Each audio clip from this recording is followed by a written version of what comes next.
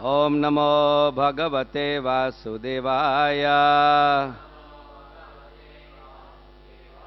Om Namo Bhagavate Vasudevaya.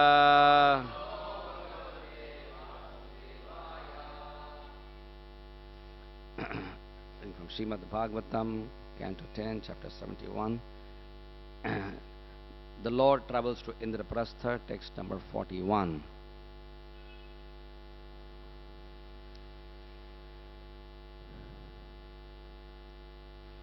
Swashrava Sanchodita Krishna Krishna Patni Cha Sarvasya Anarcha Anat Rukminim Satyam Bhadram Jambavatim Tatha Swashrava Sanchodita Krishna Krishna Patnischa Sarvashaha Anarcha Rukminim Satyam Bhadram Jambavatim Tatha Swashrava Sanchodita Krishna Krishna Patnischa Sarvashaha Anarcha Rukminim Satyam Bhadram Jambavatim Tatha Swashrava Sanchodita Krishna Krishna Patnischa Sarvashaha Anarcha Rukminim Satyam Bhadram Jambavatim Tatha.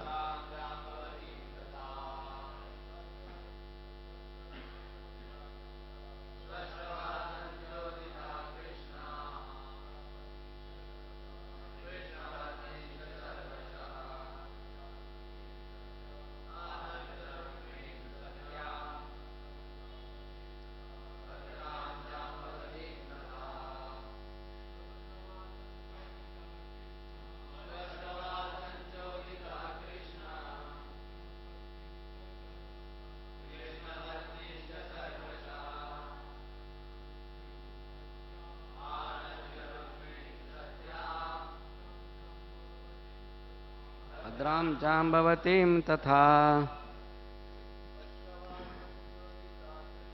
Swashrava Sanchodita Krishna Krishna Patnischa Sarvashaha Anarcha Rukminim Satyam Bhadram Jambavatim Tatha. Ladies. Swashrava Sanchodita Krishna Krishna Patnischa Sarvashaha Anarcha Rukminim Satyam Bhadram Jambavatim Tatha. Swashrava, by her mother-in-law Kunti, Sanchodita, encouraged Krishna, Draupadi, Krishna Patni, Krishna's wives, Cha, and Sarvashaha, all of them, Anarcha, she worshipped, Rukminim, Rukmini, Satyam, Satyabhama, Bhadram Jambavatim, Bhadra and Jambavati, Tatha, also. The next verse is Kalindim Mitrabindam Cha Saibhyam Nagnajatim Satim Anyas Chabhyagatat Yastu Vashashran Mandan Adibhi. Translation. Encouraged by her mother-in-law, Draupadi worshipped all of Krishna's wives, including Rukmini, Satyabhama, Bhadra, Jambavati, Kalindi, Mitrabinda, descendant of Shibi the chaste Nagnajiti, and the other queens of the Lord who were present. Draupadi honored them all with such gifts as clothing, flower garlands, and jewelry. Next few verses. King Yudhishthir arranged for Krishna's rest and saw to it that all who came along with him, namely his queens, soldiers, ministers, and secretaries, were comfortably situated. He arranged that they would experience a new feature of reception every day while staying as guests of the Pandavas. This translation is taken from Srila Prabhupada's Krishna, 44 and 45, and we end the chapter with that. Desiring to please King Yudhishthir, the Lord resided at Indraprastha for several months. During his stay, he and Arjun satisfied the fire god by offering him the Khandava forest, and they saved Mayadanava, who then built King Yudhishthir a celestial assembly hall. The Lord also took the opportunity to go riding in his chariot in the company of Arjun, surrounded by a retinue of soldiers. Purport: Srila Prabhupada writes in Krishna, it was during this time that Lord Krishna, with the help of Arjun, for the satisfaction of the fire god Agni, allowed Agni to devour the Khandava forest. During the forest fire, Krishna saved the demon Mayasura, who was residing in the forest, who was hiding in the forest. Upon being saved, Mayasura felt obliged to the Pandavas and Lord Krishna, and he constructed a wonderful assembly house within the city of Hastinapur. In this way, Lord Krishna, in order to please King Yudhishthir, remained in the city of Hastinapur for several months. During his stay, he enjoyed strolling here and there. He used to drive on chariots along with Arjun, and many warriors and soldiers used to follow them. Thus ends the purports of the humble servants of His Divine Grace A.C. Bhaktivedanta Swami Prabhupada to the 10th canto, 71st chapter of the Srimad Bhagavatam, entitled The Lord Travels to Indraprastha. Om Ajnanatimirandasya Jnananjana Shalakaya Chakshurun Militam Yena Tasmai Shri Guruve Namaha Shri Chaitanya Manobhishtam Sthapitam Yena Bhutale Swayam Rupa Kadamahyam Dadati Svapadantikam Vandeham Shri Guru Shri Yutapadakamalam Shri Gurun Vaishnavamscha Shri Rupam Sagrajatam Sahagana Raghunathanvitam Tam Sajivam Sadvaitam Savadhutam Parijana Shahitam Krishna Chaitanya Devam Shri Radha Krishna Padan Sahagana Lalita Sri Vishakhanvitamscha He Krishna Karuna Sindhu Dinabandhu Jagatpate Gopesha Gopika Kanta Radha Kanta Namostute Tapta Kanchana Gaurangi Radhe Vrindavaneshwari Vrishabhanu Sute Devi Pranamami Hari Priye Vancha Kalpatarubhyascha Kripa Sindhubhya Evacha Patitanam Pavanebhyo Vaishnavebhyo Namo Namaha Shri Krishna Chaitanya Nanda Sri Advaita Gadadhara Sri Vasadi Gaura Bhakta Vrinda Hare Krishna Krishna Krishna Hare Hare Hare Rama Rama Rama Hare Hare.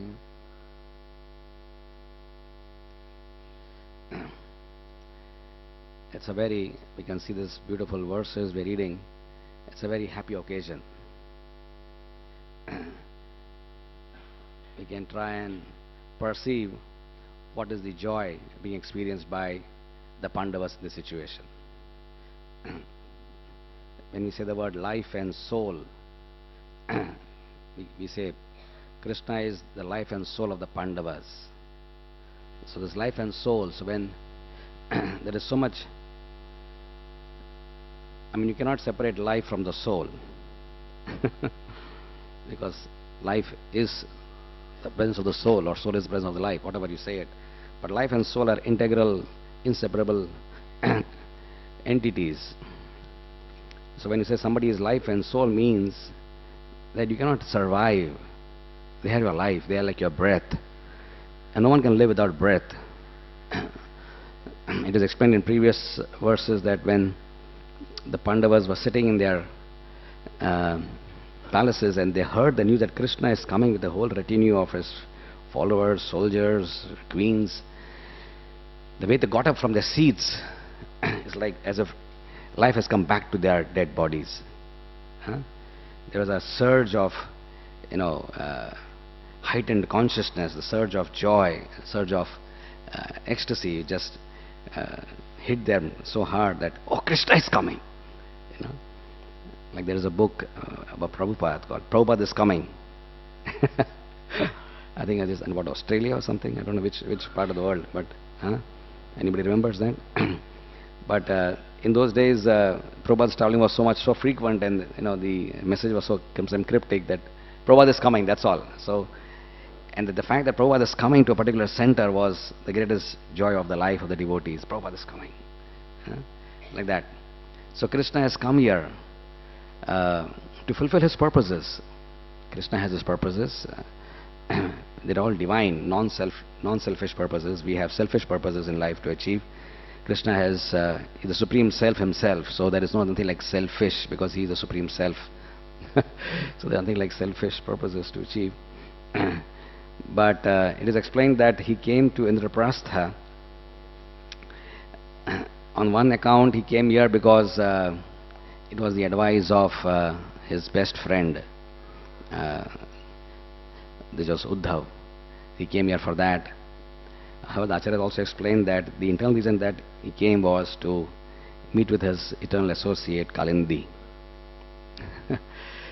Because during this time, when the Lord is staying in Indraprastha, it was about 4 months. This is the Chaturmas, which typically Vedic culture emphasizes as a time when you stay in one place, you do not travel, and you focus on satsang and spiritual activity, because you're not allowed. You cannot travel because outside it is raining. So they came especially in the Chaturmasa period. So about 4 months the Lord stayed here in Indraprastha. And during this time, one of the things he did was to go and get his associate, eternal wife Kalindi married. This comes up also in the 58th chapter of the 10th canto, which describes how when Krishna married all these wives. So this part is described there as well, Krishna coming to Indraprastha. And in that connection, how Krishna married Rukmini, how Krishna married Indra Nagnajiti, how he married Kalindi. So then that chapter also mentions this part of what comes here in the 71st chapter. So the emphasis here Shukdev Goswami seems to be giving is about the intricacies of the reception. We can see that he is stressing Krishna, how he was received, how he was welcomed, how he was ushered inside, then how he came to the inner, the Antargriha, the inner part of the palaces, and how the queens were received, how they were worshipped. So the whole mood seems to be, what Shukdev Goswami seems to be teaching us, this nice lesson, is about the culture of hospitality. That seems to be what, because we see that in Srimad Bhagavatam, Shukdev Goswami never seems to miss this chance to tell us about how great souls are received. He always, how Sudama was received by Krishna, how Krishna is received in various places, how the great kings received the sadhus, how when the now Yogendras came, what did Maharaj Nimi do? So all these things about how the reception is done of a particular person based on his stature in the Vedic hierarchy, that seems to be a very integral and important part of the culture of Krishna consciousness, Vedic culture, right? So it cannot be undermined. If it is what Shukdev Goswami is saying so many times in the Bhagavatam again and again about how the Lord and the sadhu are received, it cannot be undermined. It has to be something which is to be placed in a very high scale of value. So this whole hospitality culture is a very, very sacred and a very refined part of the Vedic Sabhyata.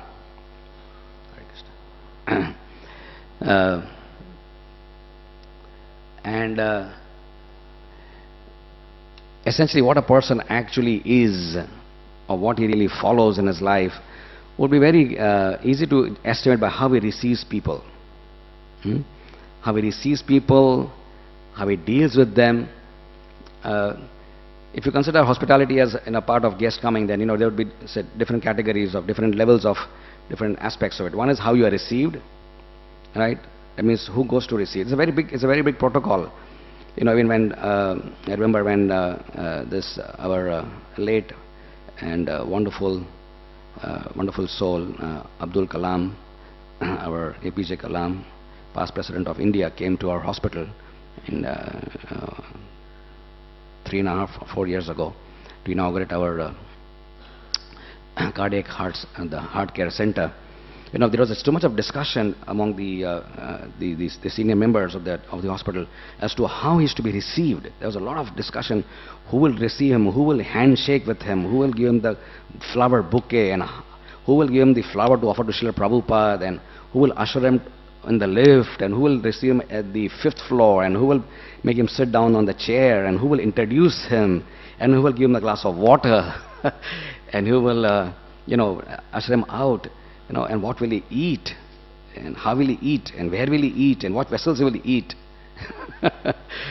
So how about receiving people, number one, then after they're received, then how they are stationed. So where they stay, who's supposed to stay where. I'm sure the guest reception department here also has to tackle this this issue many times. Who will receive, and where do they stay? They can't stay in this room, they can stay in that room. No, this number not so good, this can stay in this room. So, there may be things like that. So, who stays where, and how they are stationed. And the third part would be what food they are given. So, what food? Because food is such a very, very special, integral, and a delicate part of culture. How you are served, in what you are served, what mannerisms you have to do during service. And like that. So it's a very detailed science. It's not just you take a bucket and you just keep on pouring whatever is given to you in the respective containers. It's far more deeper than just physically the act of just giving out whatever you're giving, like rice or dal or chapati, whatever. No, there's so much more to it than that. The third and the fourth part is how you are sent off, how you are actually given the proper departure. Right? Don't we know? We know this fact that Prabhupada's books mention this, that if a pujari is worshipping the deity, who is the most important person in the temple, is the deity obviously, and there is nobody in the temple hall at all. It's a vacant temple hall, and a guest comes in, a devotee or Swami. No, it could be any guest. It could be just a regular man on the road who just walks into the temple. It is said that the pujari may have to put down his arti paraphernalia and receive the guest and say, "Welcome, sir. Please have a seat for a few minutes. Kindly allow me to do my worship, and I'll then attend to you." Like that, something, he would have to interact with him and make him comfortable, and then go back to his service.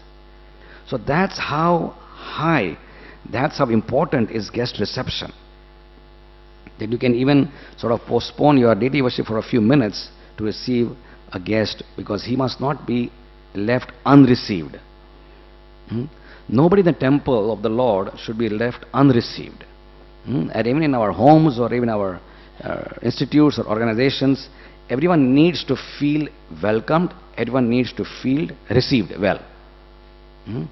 Because there's nothing more hurting to the mind than the act of neglect. It's very hurting to the mind.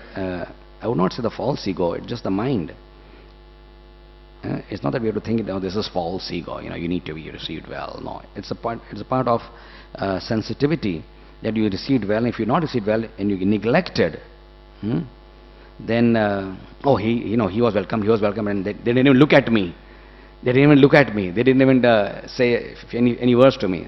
That neglect And after that, whatever else you do, you give him a nice, well, a nice place to sleep and a nice this thing. But you are not received well. That means you are probably not so welcome. So, I think these fine sensitivities is what Krishna Consciousness is all about. And therefore, we find that in Vedic culture, when even these very specific etiquettes are not followed, there can be huge disaster to spiritual life. What appears like a detail, so many people came, we forgot to visit properly. Yeah? So we can rationalize. But if Indra is sitting on his darbar, attending to his court and various activities, and if the spiritual master comes in, and he doesn't stand to receive him, and the whole Srimad Bhagavatam, that particular canto, is about the details about what disaster, fell upon, like hell practically broke loose on Indra's head for not receiving his Guru Maharaj properly. He did not receive Brihaspati well, and Brihaspati felt, this guy is too puffed up to, even acknowledge the presence of his Guru Maharaj in the courtroom, and he's enjoying with these, this sort of, reception and this grandeur and songs and dance and everything else, and he became upset. He didn't say anything. He didn't sort of curse. He didn't even curse him. He just went and understood that my disciple is puffed up. He just went and sort of, shut himself in a room. But even that act of neglect made him so weak that demons actually detected that, and being people who had received, served, honored Brahmanas properly. Now imagine, they are demons. They are demons. They are envious of Vishnu. But they know that there is something which has power. And what is that? Reception and honor of Brahmanas and Vaishnavas. They know that this is the power is hidden here. The power bank, the power source is here. If they are pleased with us, then with their tejas, when they bless us, then even the demigods who are devotees of Vishnu, they cannot defeat us. So Vishnu said, no, Indra, you can't fight with them because that time is not right. So that's the amount of power, Shakti, which is there within the blessings at the feet of a Brahman or a Vaishnava. That's the power. And having neglected that, the demigods became weak, he became weak, he lost the war, and he was like homeless, he was wandering here and there, and he had to summon somebody else because his guru was not there to guide him. He went to Vishwarupa, then make his sacrifice, and then the whole thing, and he chanted some, because he was a little inclined towards the demons, he chanted some mantra which were also appeasing to the demons. Indra became angry, upset, and he slashed off the head of his guru, Vishwarupa. And then from that, his father got angry, and this Twasta became angry, and the whole demon was created from that. Oh my God, the whole thing. And then Chitraka's story is there, and the whole thing is there. That all stems from just one act of what may seem like to us, ordinary mortals, hey, come on, why are you making a big thing out of it, Don't make a big mountain out of a mole. If you're not received well, it's all right, he will understand. She will understand, that, No. It's not a question of understanding. It's upon us to receive. Same thing we hear. Srimad Bhagavatam is very, very strong about the perils of not welcoming people properly. It's very strong. Again, when Balramji Maharaj comes to Naimisharanya, and our Rumachan Sutta doesn't get up, same thing. Now he is supposed to be the professor of Puranic history, disciple of Srila Vyas. So if you are a disciple of an honored Acharya, then it is imperative that you behave by some standards.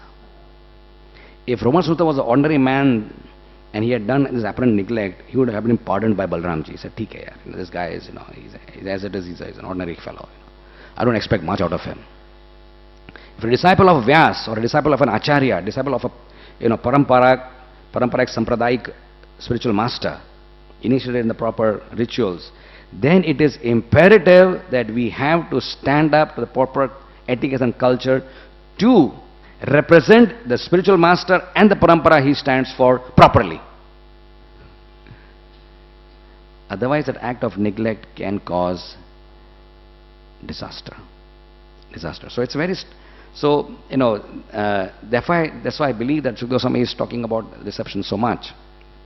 Like even in a marriage, like you have a marriage, right? Marriage ceremony, and then there's this Saptapati vows and going around the fire.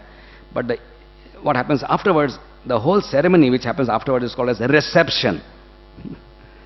The whole thing happens, in the morning is a marriage usually, and then the whole evening part, 3-4 hours, whatever it is, the whole thing is called as reception. The whole event. So the patrika will be given, marriage, hastamelap, so and so, kanyadan, so and so time, this, whatever, and then last is another cover will be there. Reception at Grand Hyatt or Radha Girdhari temple, whatever it is, Radha Gopinath, whatever. Huh? And then it's called a reception. So I was thinking the whole event is called as reception. That means how you are going to be received. Huh? Therefore, who stands at the door welcoming the guest? There is the bride and bridegroom are standing inside to receive them, thank them for coming, and give them a good smile and receive their gifts, whatever. But who's standing out there? How they're being welcomed? Someone gives attar, somebody gives a garland, or somebody gives warm welcome and says, "Sir, please come." And then someone has to escort them. If a very, very important person comes, then if there are 4 people standing there, then one says, "Okay, you go." So the person is escorted right up till the bride and bridegroom. You have to be escorted there because he's so important. He cannot say, "Welcome, sir, please, go in, do the needful." No, you have to actually go with him. So these are all beautiful finities of Vedic culture. Like even in a conference also, it is not just applicable to Krishna consciousness. It is just the way civilized people live in this world. It is just a part of civilization. You go to a big conference, if the faculty member comes in for a conference who is a speaker, then you just can't say, "Welcome, sir, this is your keys and go to and stay in the hotel." You go to the 5th floor and stay there. You have to go with him. If you're a big doctor or a big lawyer, whatever the conference is, the doctor can come, "Sir, can I accompany you?" You go him, you may have to open the keys for him of the door he's staying and said, "This is your room, sir." And make him comfortable there and say, "If anything is there, please contact me or him or so and so, so and so, so and so, so and so," like that. So that's the type of thing which we are supposed to live by. So Krishna consciousness is a very, very beautiful, not just Krishna consciousness, I would say civilized life. Civilized life itself. I think when I say Krishna consciousness, means we believe that Krishna consciousness means that it is the art of living by those type of people who are evolved to the highest level of civilization. That is Vaishnava. So when we may not have to really differentiate every time devotee, non-devotee, which we often do, and we make a terrible mistake and mess out of our consciousness with that, dichotomy of consciousness we create in our mind. It's very, very harmful, very, very damaging to our mind to do that all the time. But we should feel that Krishna consciousness is basically a culture of a society of those people, whether it is ISKCON or that mutt or this mutt, whatever it is, of those type of people who are behaving in a way which is most appropriate for the most civilized people in the world.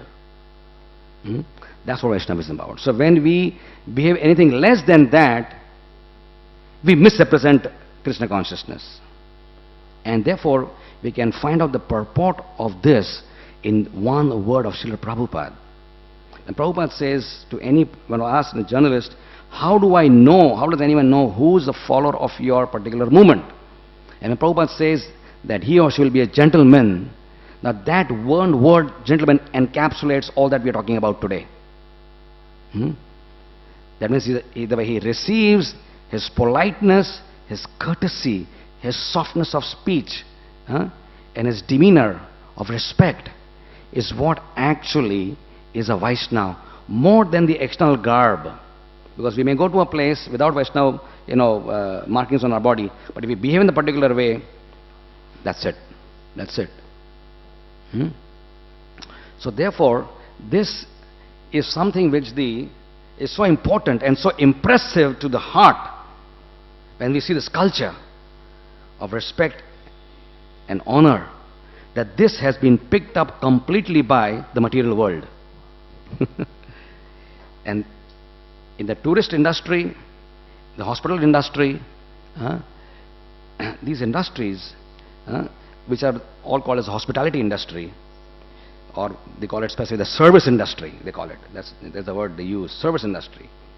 That means how you come to a hotel, when you're received well, with a smile. So, why you come to this hotel? Why you don't go to the next one? The rooms are full, sorry. No, when you received well, the people who choose, like, Peter Burwash writes in his books, that he goes to a particular hotel regularly, or he goes to a particular... Now, Peter Burwash is a man of quality. I'm quoting his word, his name specifically, because here is a man who's a very refined man. He's a very refined, is a highly cultured, and a very high quality gentleman, I would say. Not only he's a very high quality gentleman. And of course, in his heart, he's a Vaishnava, though he may not appear to be like that externally.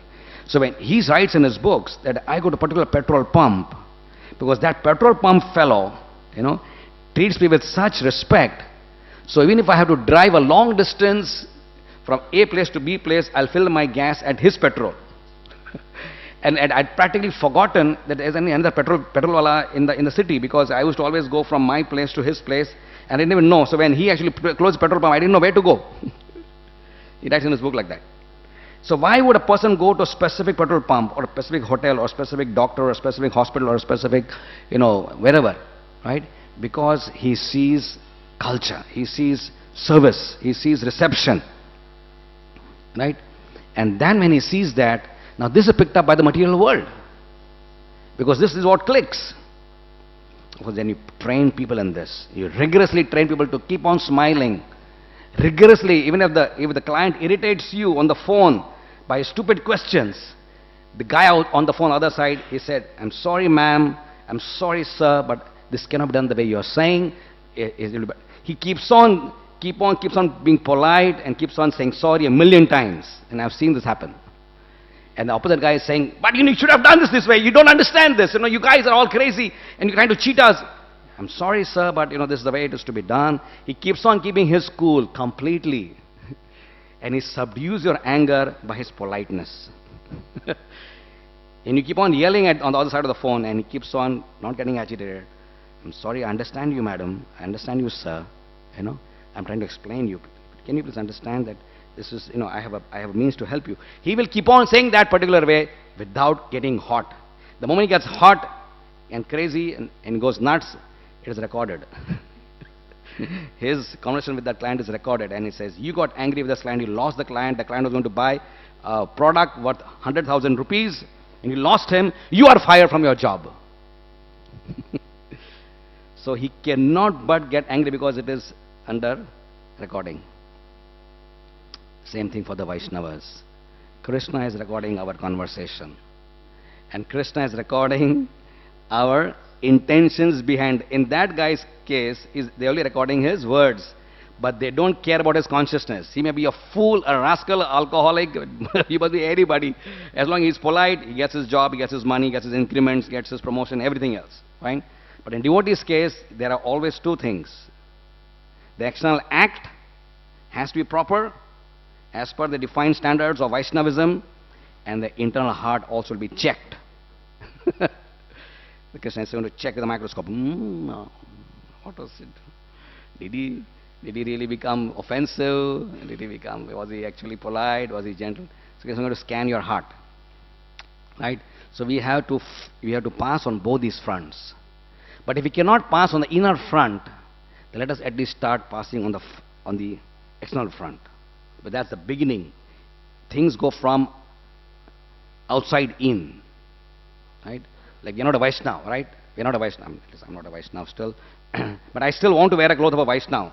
A dhoti and a kurta. Because it has to start from, when I wear a Vaishnava cloth, at least I feel I'm a Vaishnava. When I apply tilak in my 12 parts of body, okay, this body is supposed to be dedicated to Krishna, to Vishnu Seva, by chanting all these 12 mantras.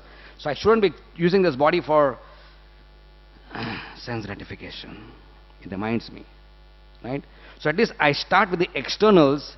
Hopefully they will percolate down into my internals through my subtle layers of thick, false ego layers of consciousness, and they will percolate down and touch my soul. So it starts at least from outside. Hare Bol Prabhu, Hare Krishna. At least I'm polite from outside. So at least we can. So can we all as a society learn from these beautiful verses today, at least, that we have to redefine sometimes and observe closely how we behave, how we talk, how we interact, how we receive, how we serve. That has to be something which we scan. So, more than sometimes sadhana chart is important sadachar chart. We stress sadhana chart sometimes, and some temples and some presidents and some leaders, they stress how much did you chant, when did you read, what time did you read, what time did you sleep, what time did you get up, etc., etc., and you keep on marking yourself. But sometimes it appears that we may do very well on that, but may score horribly on if there was a sadachar chart. How we believe in a sadachar. So that is probably equally, if not more important, in our Krishna consciousness, the sadachar part. So these fine things are what makes a refined gentleman. This is what Prabhupada actually wants us to be, and these verses are strongly recommending us that we do that. And the whole festival, Kheturigram festival, if you remember, Kheturigram is a festival where the first time the Gaur Purnima was celebrated in the history of Vaishnavism. This is about 30 to 40 years after Mahaprabhu's departure, and it happened in Khetura, which is in Bangladesh now, right? So then, there, how people were received. Now, receive means you have to send somebody to receive them, right? So you send a particular letter or invitation. So even that invitation letter, now we have emails. We can now, email ka jamana, everything is like that. So you just send an invitation by email. They're not even a paper. It's supposed to be eco-friendly, so no paper is there. But whatever. So you send an email, said, this conference or this place or this welcoming, whatever. There's a whole greeting card is set on the email. Your birthday wishes also sent on the email. You make a card and say, happy birthday to you, blah, blah, Hare Krishna, Ram Ram, whatever. And you send it across, right? But when they sent the Mahants, they sent to the Mahants who were there in Srikhanda, in Jajigram, and various places. They were there in Navadvip, in Shantipur. They're all scattered, all the Gaudiyas. And they were all reeling under the immense sorrow and pain of the loss of their dear Gauranga, Nityananda, and the Shad Goswamis are not there anymore. Maybe Raghunath Das was there. He was the most senior member of the team. And Jiva Goswami probably was the youngest. But Rupa Sanatana had gone, Swarup Damodar had gone, all these people had gone, and they were like feeling, what this life is worth, why are we living in this body? It's just so useless. There's no charm, there's no life, and all this appeared like a dreary void. So just to this festival, it seems, was the one which really reawakened, rekindled the desire to live among the Vaishnava community who are completely dead because the Prannath had gone from this world, Gaur and Nitai. So even the letters we sent to them were handwritten, and each one was not the same letterings to all of them. So and so there is a Kheturigram festival on Falafala date at Falafala Tithi. Please kindly come. Everyone with their names and different wordings was given a different lettering, and said, please kindly come. We are giving you advance notice. And then how they were received. Santosh Dutt, who was the brother of Krishna Dutt, was the father, was the king, and his son was Narottam Das Thakur. Krishna Dutt's younger brother was Santosh Dutt. Santosh Dutt practically said he emptied out his treasury in this festival.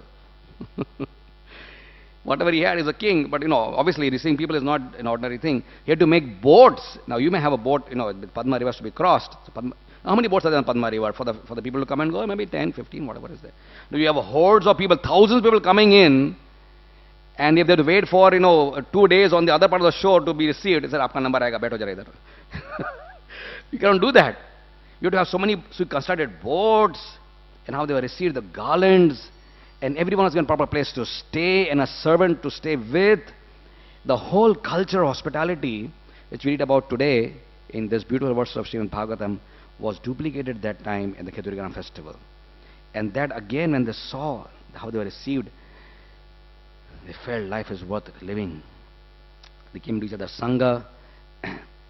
So all these delicate things, how Janavadevi conducted the ceremony, how she followed the highest etiquette. Janavadevi is the wife of Nityananda Ram. She is the senior most acharya of the times, but she ate the last. Generally, when you are senior, you want to eat the first. She said, "Mere ko nahi diya." You feel, "Mere ko plate nahi diya." I am so senior here, right? But she served all the Mahants, all the great, Vaishnava acharyas who had come, all the great associates of Lord Chaitanya had come. He served them. Then all the people who were serving, she served them.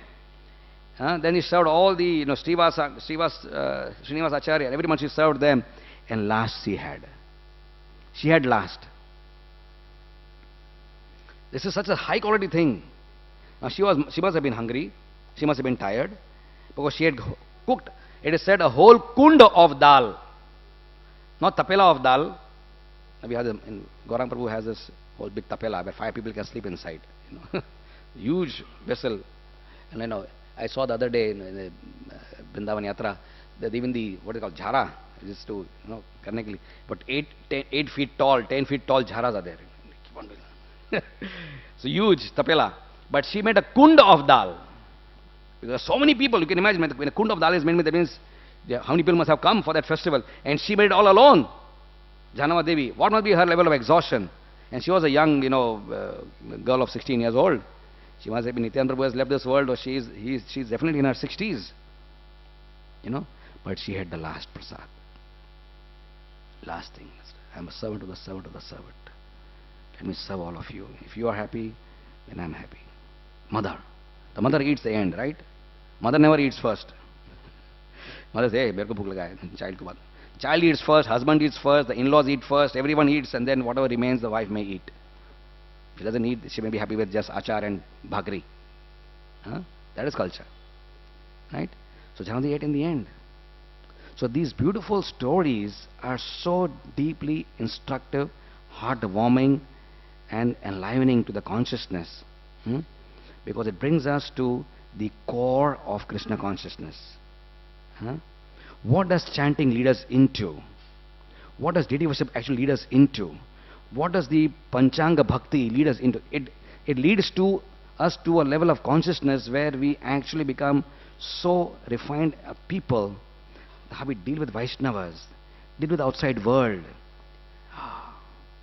People will be impressed.